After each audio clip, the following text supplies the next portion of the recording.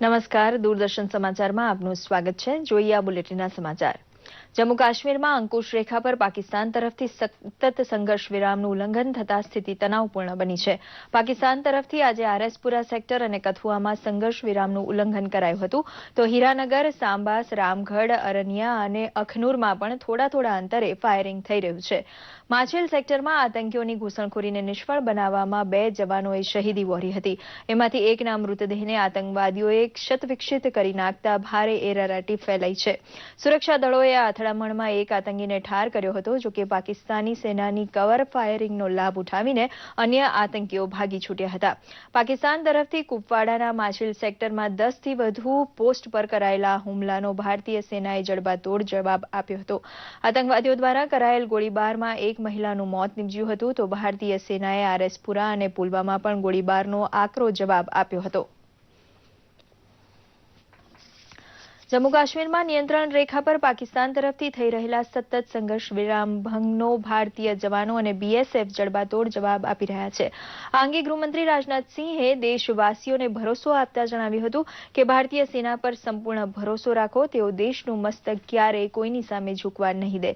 ગૃહમંત્રી રાજનાથસિંહે ભારતીય જવાનો અને પોલીસ કર્મીઓને દિવાળીની શુભકામનાઓ પાઠવી હતી.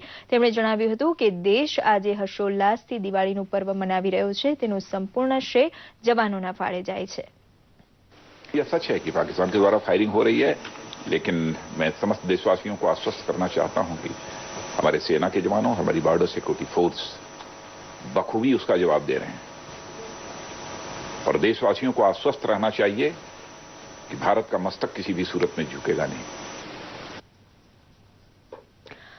રાજ્યમંત્રી જીતેન્દ્રસિંહે અંકુશ રેખા પર કુપવાડાના માછિલ ક્ષેત્રમાં ઘૂસણખોર ત્રાસવાદીઓ સાથેની અથડામણમાં ભારતીય જવાનની કરાયેલી હત્યાને આકરા શબ્દોમાં વખોડી કાઢી હતી. તેમણે ભારતીય જવાનના શવને ક્ષતવિક્ષત કરવાની ઘટનાને ઘાતકી ગણાવીને માનવ અધિકારનું ઉલ્લંઘન ગણાવ્યું હતું. આ અંગે તેમણે એમ પણ જણાવ્યું હતું કે ભારતીય સેના પાકિસ્તાન તરફથી કરાઈ રહેલા ગોળીબારનો જડબાતોડ જવાબ આપી રહી છે, તેમજ દેશની સીમા પરના કોઈપણ સંકટનો જવાબ આપવા સરકાર સક્ષમ છે. There can't be anything more atrocious than this, and I am always of the view that the human rights of the soldier should enjoy precedence over human rights of anybody else. Incidentally, the Deepavali festival this year has come at a time when our soldiers on the borders are facing continuous cross-border firing, and if we are safe enough today to observe this festival, it is because of these brave soldiers.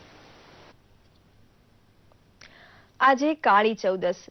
દિવાળીના દિવસોમાં કાળી ચૌદસનો દિવસ એ સાધના, ઉપાસના, તંત્ર સાધના, અઘોર ઉપાસના વગેરે માટે તાંત્રિકોમાં જાણીતો છે. સાથોસાથ આ વખતે શનિવાર અને કાળી ચૌદસનો સુભગ સમન્વય થયો છે, તેથી હનુમંત પૂજન માટે આ વખતની ચૌદસ શ્રેષ્ઠ છે. સાથોસાથ શનિદેવની ઉપાસના પણ ભક્તો કરે છે. અમદાવાદમાં શ્રી રામદેવ શનિ મંદિર ખાતે કષ્ટભંજન હનુમાન અને શ્રી શનિદેવના સર્વ સિદ્ધિ હવનનું આયોજન કરવામાં આવ્યું હતું, તેમજ અન્ય શનિ મંદિરો, હનુમાનના મંદિરોમાં પૂજન તથા મારુતિ યજ્ઞો યોજાયા હતા. જૈન ધર્મમાં આજના દિવસે ઘંટાકર્ણ મહાવીરના પૂજનનું પણ અનેરું મહત્વ છે, તેથી જૈન દેરાસરોમાં પણ ભક્તો પૂજા અનુષ્ઠાન કરતા જોવા મળ્યા હતા.